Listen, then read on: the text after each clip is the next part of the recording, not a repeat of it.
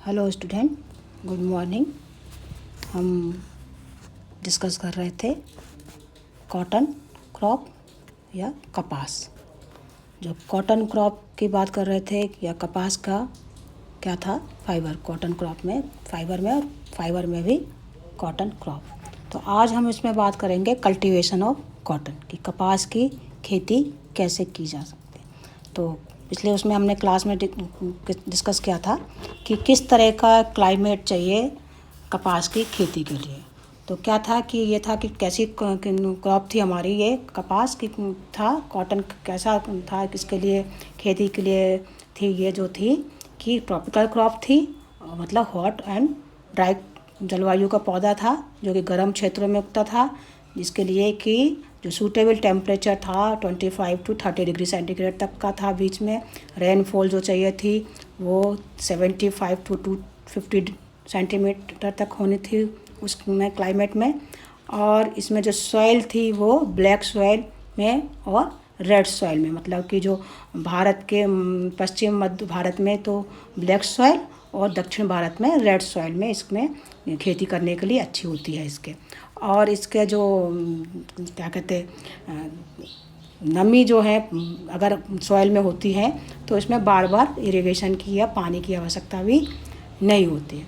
तो टेम्परेचर कितना 25 to 24 to 30 degree के बीच में, रेनफॉल 75 to 25 डिग्री सेंटीग्रेड के बीच में और climate hot and dry climate चाहिए।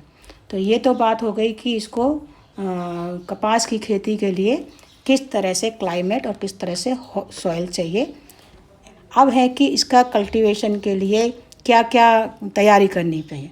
तो प्रिपरेशन ऑफ फील्ड, कैसे खेत तैयार करे किसान, कैसा करना है। फिर क्या उसमें मैन्योर या फर्टिलाइज़र, क्या खाद या उर्वरक क्या क्या डालें, सीड डालें, सोइंग का क्या टाइम है, सीड का प्री ट्रीटमेंट सीड करना है कि नहीं करने हैं, सोइंग का टाइम क्या है, क्या क्या सोइंग का मेथड क्या है, इरिगेशन क्या है, और इसके पैकिंग या कॉटन की कैसे हैं और क्या क्या इसकी उपज हैं, किस तरह से मिलते हैं, हम इसके बात करेंगे आज इस क्लास में। तो कल्टीवेशन ऑफ कॉटन क्या है।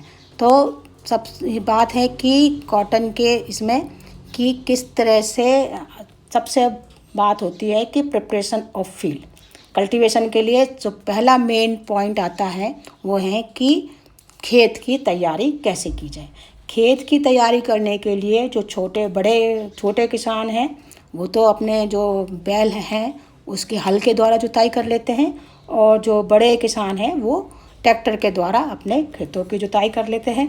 और इसको जुताई जो है 2-3 बार जुताई की जाती है, 2-3 बार उसका ऊपर नीचे मतलब हल चलाया जाता है, जिससे कि मट्टी ऊपर नीचे अच्छी तरह से गहराई तक जुताई की जाती है। काफ़ी गहराई तक जुताई करनी पड़ती है कपास की खेती के लिए। और गहरी जुताई के बाद में उसके बाद इसकी जो सॉइल है उसको ट्रीटमेंट करा जाता है। उसमें सॉइल में ऐसे कीटनाशियों से स्प्रे कर मिलाया जाता है मिट्टी में, जिससे कि उसमें जो अगर कोई भी बीमारी है, अगर सॉइल में सॉइल बॉर्न डिजीज़ कोई है वो उसमें से हट जाए। ठीक है। फिर उसमें क्या करा जाता है कि जब तक खेत तैयार हो जाते हैं तब उसके बाद उसमें मिलाई जाती है खाद मिलाई जाती है। खाद के लिए इसमें जो बुवाई में 3-4 जब तैयार हो गए तो 3-4 सप्ताह पूर्व हैं तो 25 से 30 गाड़ी जो हैं जो गोबर के जो खाद है या कंपोस्ट खाद है प्रति हेक्टर जो है इसमें अच्छी तरह से किसान मिलाते हैं। और जो देसी वो है अगर वैरायटी है, और अगर अमेरिकन किस्में हैं, अगर वैसी इम्प्रूव वैरायटी हैं तो उनमें 75 किलोग्राम में हैं और प्लस 35 किलोग्राम फॉस्फेट की जो किस्में हैं उनमें नाइट्रोजन या फॉस्फेट की जो दूसरी भी जो है देसी कंपोस्ट खाद के संग में दूसरी भी खाद को मिला के किसान अपने खेतों में इनको मिला के स्प्रे कर दिया जाता है, मट्टी को संग में मिला देते हैं।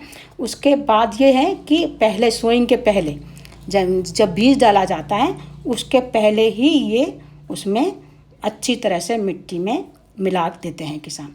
फिर बात करते हैं seed pre treatment and quality of seed कैसा किसान तैयार करे, सीड कैसे होना चाहिए, अब करें फील्ड तैयार होने के बाद में फिर वो करते हैं कि किस तरह से सीड होना चाहिए। सीड करने के लिए जो है अमेरिकन कपास है का 15 से 20 किलोग्राम प्रति हेक्टर, और जबकि जो देसी कपास है वो 10 से 18 किलोग्राम प्रति हेक्टर की बीज की आवश्यकता होती है सीड के लिए। किसान के लिए मतलब अगर अमेरिकन वैरायटी है उसकी कपास की तो कितना चाहिए, 15 से 25 किलोग्राम प्रति हेक्टर, और अगर देसी है अगर कपास का जो बीज है देसी है तो 10 से 18 किलोग्राम प्रति हेक्टर के बीज की आवश्यकता होती है। और इसका जो इसमें जो सीड में भी कोई वो बीमारी जब पाई जाती कि इंसेक्ट पाए जाते हैं, उनको इस इंसेक्ट उनको हटाने को, उस बीमारी को हटाने के लिए इन बीजों को प्री ट्रीटमेंट दिया जाता है उसमें एल्युमिनियम फॉस्फाइड के। इसको फ्यूमिगेट करना आवश्यक हो जाता है सीड को, जिससे कि सीड बॉर्न कोई डिजीज़ इसमें प्लांट जब जर्मिनेट करें उसके खेतों में बीज के साथ में कोई बीमारी नहीं चले जाए। और इसके पहले इसमें जो है रेशे हैं बीज में, हल्के हल्के जो बीज हैं उनके जो रेशे हैं उनको भी हटाया जाता है, और इनके जो बीज को भी इनको ट्रीटेड करने के लिए इनको सेप्टोसाइक्लिन या एग्रोमाइसिन से सुखाकर इनको ट्रीट कर लिया जाता है, जिससे कि अगर कोई इनमें डिजीज़ है वो इनकी नहीं जाए और वो प्लांट हेल्दी प्लांट जब निकलें, क्रॉप निकलें या प्लांट जर्मिनेट होकर निकलें तो वो हेल्दी निकलें। तो इसके बाद में सोइंग टाइम एंड मेथड जो है, जो सोइंग टाइम है अलग अलग स्टेट में अलग अलग जगह का अलग अलग है। जैसे कि इसका जो बुवाई का समय सोइंग टाइम है अप्रैल से जुलाई के बीच होती है, और जो मेथड हैं वो मेथड हैं वही ब्रॉडकास्टिंग में छिड़काव की तरह से या ड्रिलिंग के द्वारा कर लेते हैं। ये फॉरवर्ड लाइनें बना लेते हैं तो ड्रिलिंग के बीच बीच में डाल देते हैं किसान, उसमें बीच बीच में बुवाई करते हैं सीड डाल के, या छिड़काव के द्वारा कर लेते हैं। और अगर कतार के रोक में डाल रहे हैं तो 75 सेंटीमीटर में के कतार पे दूरी पर एक बीज कतार के जो बीच की 2 लाइनों के बीच की कतार की दूरी वो 75 सेंटीमीटर, और 2 पौधों के बीच की दूरी है वो 30 to 45 सेंटीमीटर रखी जाती है। ये हो गया। इसके बाद में उसके 10-15 दिन में जो बीज निकल आते हैं पूरे खेत में। अब बात करते हैं कि किस तरह से इसका क्षेत्र में क्या इरिगेशन क्या है, कब कब समय पर इरिगेट करना है, कब सिंचाई करनी है। इसके साथ साथ में बहुत सारे वीड्स वगैरह भी निकल जाते हैं, तो वीड भी किसानों को वीडिंग भी करनी पड़ती है समय समय पर। इनके जो अनवांटेड प्लांट हैं कपास के संग में जो और निकल आते हैं खेतों में, निराई जिसको कहते हैं, निराई करना भी किसानों को समय समय पर इन खेतों की निराई व गुड़ाई की भी आवश्यकता होती है। उसको लिए वो इंटरवल पे बार बार 10-10, 15-15, 20-20 दिन के 25 दिन के बीच में किसानों को बार बार इनके संग में निराई व गुड़ाई की भी आवश्यकता होती रहती है, जिससे कि प्लांट हेल्दी और अच्छी इम्प्रूव हो, अच्छी प्लांट निकलें, हेल्दी रहें प्लांट, क्रॉप हेल्दी क्रॉप रहें। और इसके अगर कहें कि इसमें इरिगेशन की क्या है, कब कब इसमें देना है, पानी कब देना चाहिए, कब नहीं देना चाहिए, तो कपास जो है वैसे तो है अनेक क्षेत्रों में जो इसमें इरिगेशन के ज़रूरत नहीं पड़ती है, असिंचित फसल के रूप में ही बोया जाता है। लेकिन जैसे जहाँ पर ज़्यादा सूखा देश है जैसे राजस्थान है, जहाँ पर बरसात कम होती है, वहाँ पर कम से कम 3 to 7 टाइम पर जो है सिंचाई की आवश्यकता होती है। अगर ऐसे स्टेट है जहाँ पर बरसात होती रहती है, वहाँ पर इरिगेशन की बार बार पानी देने की आवश्यकता खेतों में नहीं होती है। अब है कि अब जब फसल हो जाते हैं तैयार, इसमें स्प्रे इंसेक्टिसाइड या इस किसान को बीच बीच में जब थोड़ी क्रॉप बड़ी हो जाती है तो समय समय पर इंसेक्टिसाइड, क्योंकि इसमें बीमारियां भी काफ़ी लगती हैं, जैसे कि black arm and angular leaf spot हो जाती है, ड्राई रोट हैं, लीफ स्पॉट हैं, विल्ट हैं, डिजीज़ हैं, और क्या कहते हैं इसमें कॉटन स्पॉटेड बॉल बाम है, कुछ और हैं, कॉटन स्टेम बोरर हैं, ग्रे वेवली हैं, एक कॉटन बग्स हैं। इस तरह से कुछ डिजीज़ भी लगती हैं इसमें। तो तो इनको डिजीज़ को रोकथाम के लिए जो है पेड़ पौधों के ऊपर एंटीबायोटिक्स का छिड़काव किया जाता है, जिससे कि जो पेड़ हैं, कपास के जो क्रॉप है, इनमें कोई किसी तरह का कीड़े नहीं लगे और वो हेल्दी क्रॉप किसानों को मिले। तो ये कुछ डिजीज़ भी लग जाती है, जिसके लिए समय समय पर किसान को इनको स्प्रे करना पड़ता है, दवाइयों का छिड़काव करना पड़ता है।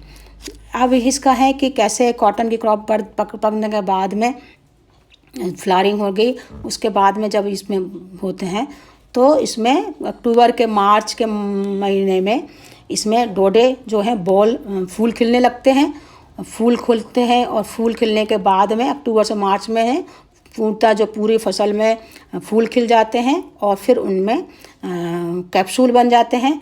और कैप्सूल बनने के बाद में फसल में जो है वो 3 से 4 बार जो है इनकी चुनाई की जाती है। इनको पकने के बाद में इनको सुखाकर इनको अलग अलग किया जाता है। इनके जो वो हैं फ्लावर को, चुने हुए कपास को सुखाकर इनकी अलग कर लेते हैं। कुछ लोग हाथ से काट लेते हैं और कुछ लोग मशीनों के द्वारा इनको अलग क्या करते हैं और फिर इनको कपास को सुखाकर अलग बोरों में भर के मिलों में स्थानांतरित कर दिया जाता है, भेज दिया जाता है। और जो कटा हुआ पार्ट है, बचा हुआ पार्ट है, उनको प्लांट को बचे हुए पार्ट को एज ए ईंधन के रूप में अलग रख लेते हैं, अलग काम में आ जाता है, एज ए ईंधन के रूप में कर देते हैं। तो ये तो है कि किस तरह से किसान रुई निकाल लिया, कपास निकाल लिया। अब इसमें से कपास जब निकल आती है फिर इसकी प्रोसेसिंग होती है कि क्या है इसका आगे का, किस तरह से इस कपास का ये जो निकला है या रुई निकली है प्लांट में से, इस निकली हुई प्लांट को बोरों में भर के फिर ये फैक्ट्रियों में किस तरह से भेजा जाता है। और यार्न बॉलों से प्राप्त हो गया कपास, और इस जो थ्रेड मिला है, अब इस बॉल से किस तरह से धागा तैयार किया जाए, थ्रेड तैयार किया जाए, उस तरह का विधि के लिए उनके क्या क्या प्रोसेसिंग में कौन कौन से चरण होंगे, कौन कौन से वो होगा, उसकी हम बात करेंगे अगली क्लास में। तो ठीक है बच्चों, आज हमने इस क्लास में बात करी कल्टीवेशन ऑफ कॉटन क्रॉप। अब हम बात करेंगे कॉटन से, कपास से, कैप्सूल से मिलने वाले जो मिला हमको डोडे से जो हमें मिला फाइबर प्राप्त हुआ, उस फाइबर से कैसे धागा या थ्रेड बनाया जाता है, उसकी हम बात करेंगे अगली क्लास में। Thank you very much.